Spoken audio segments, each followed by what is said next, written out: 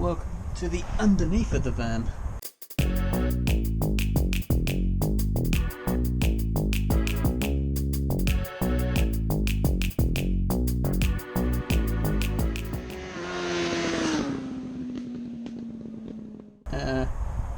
So this is going to be the wastewater tank, which is now secured underneath the van. That's on it's a 70 litre water tank, which is attached to one of the like chassis members, and then also attached to the spare wheel holder with these sort of weird ring bolt looking things, but that's solidly in there up against the bottom of the van. I put a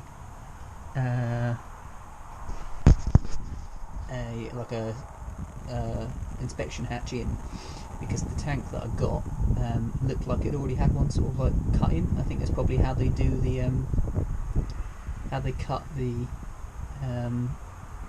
water in and water out holes, is probably having to cut a big hole in the middle to be able to then seal from the inside, and then they seal it back up again. But it didn't look like it was properly sealed, so I sort of maybe wrongly cut it out to have a look. It looked like it probably was properly sealed, but then it meant I had to then put an inspection hatch in, which is a sensible thing to do anyway, because this is a wastewater tank, so it can get pretty grubby. So being able to clean it out is probably a good thing, although obviously it does mean that now that needs to be properly watertight, otherwise I'm just going to be pissing wastewater everywhere, which is not a massive problem because it's just going to be rainwater anyway, but it's a bit pointless having the tank if you're just going to piss it out anyway. Regardless, that's all done, that's in, and just obviously needs to be all kind of connected up. As I said in the last video, the spare wheel was in. So this is a long wheelbase one, so I have the space to do this. I don't know what happens with the medium wheelbase, or definitely not the shorter wheelbase. Maybe the medium wheelbase might still have the space if you took the spare wheel out. I don't quite know, but yep, that's underneath the van. We'll go inside. So, just put my hand in wet sealant that I have. Use my trousers as a way to get it off my hands, but cool. So this is the inside of the van. I think this is episode 16. One big top tip today is just general design, but I'll get onto that in a minute. But so since the last one, I don't think I've done anything here. I've sort of built some shelves or cupboards, whatever they are, which are going to be for clothes and stuff. I had to. This was a bit awkward, really, because of how I was building it in situ. I couldn't just build something that was just going to fit in, because I was building around sort of various bits. The bottom isn't done yet because this is going to be removable. It's going to be screwed in and then just removable. So if I ever needed to get this out for whatever reason, I could pull this out and then lift the fridge out. And I still need to do the gas and the electric properly for the fridge, so that's sort of left. Basically done. Got me switch for the fans that are on the back of the fridge. The last one I was sanding and painting everything, all the corners, so that's all now done, painted, hunky dory. Put all my stickers from all the places that I've been up, so it was exciting. Painted. This is the Hulk room. This is obviously the shower room, but the paint is Ronseal Garden shed paint, effectively, which is supposed to try and give it some sort of waterproof covering to the plywood. Not that any of the water is ever going to touch any of the plywood, but there's obviously going to be quite a lot of steam and sort of it can easily sort of escape. So I'm basically going to almost do what I've done here. So obviously I painted it, and then I ran out of sealant, so I haven't done anywhere. But then I'm going to seal all the bits of the wood, so this is hopefully as encased as it possibly can be, and then obviously put the plastic over the top of it and then do a proper job of sealing that. So hopefully none of the air or the hot steam or whatever, hot water, gets onto the wood. But if in case it did, it wouldn't just instantly rot it. It should give it some protection. I don't know if that's a clever thing to do or not. I think it probably is. I don't know how well this garden shed paint's really going to work, because it's not going to be like water like you would get outside, just sort of hitting it and then drying off because of the wind and stuff. It's going to be more enclosed sort of steam and warm air, which might penetrate through my plastic stuff. But I mean, I can't really think of much more you can do, and people have said that this is a sensible thing to do, so that's what's happening in here. I've got me fire blanket and fire extinguisher. Weirdly enough, my insurance said that was something that I had to have, even when it was in a conversion stage, so done. Built some little cubby holes for shoes, basically. I had a bit of an epiphany that when you get in the van, when you come to use it, and you come into this space here, not that you've got much space to sort of get dirty, but it'd be good to just take your shoes off and put them somewhere. So, shoe rack, done. Kitchen plug for any appliances on the kitchen that I might want to run, and also anything outside. I don't really know what, but I thought that might be a useful place to put it. And I brought a sink, fitted the sink. I think the space is good. I've still got to make the bit that I cut out of the kitchen fit this sink by doing like a rebated bit to make it fit in, which is a bit of a pain in the ass, but still got to do that. And I'm making a cabinet, which has taken me way too long. Today's Sunday, about 2ish, it should be finished in a bit, but I started this sort of mid-morning on Saturday, on and off obviously because of the painting and stuff having to dry, but it's just a pain in the ass because having to fit all the different contours and like making it so it's semi-neat. I mean, it looks pretty shit now, but hopefully when I've painted it and sanded it again, it'll look just as shit as that lot, but slightly better than it does now.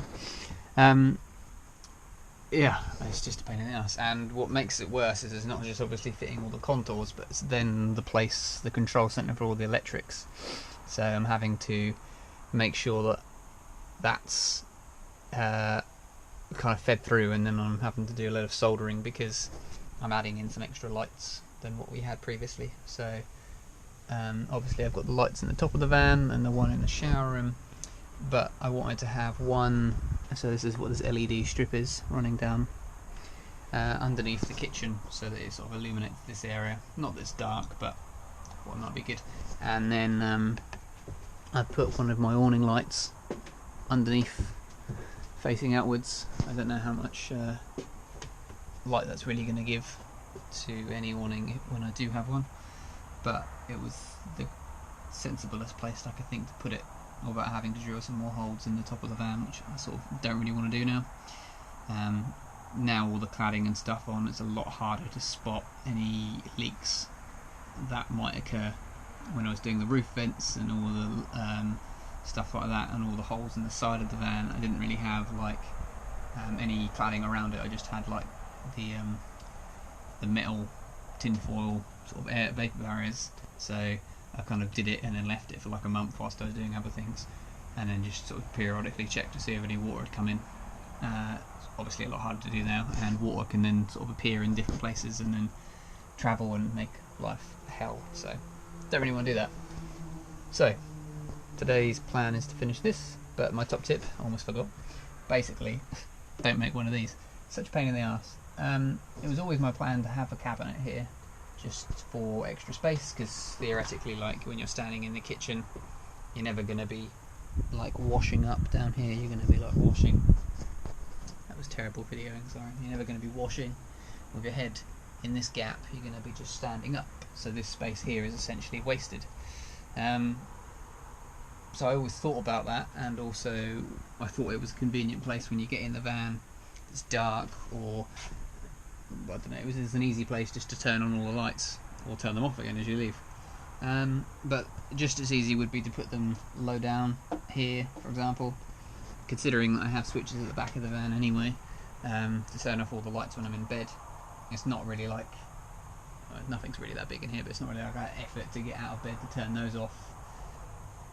So I would, if I was going to do this again, even though the cabinet there is good, and maybe when I come to start using the van, I might actually think that that's definitely something that is necessary, but if I was going to do it again, I'm not sure I'd bother with it. It's a lot of faff.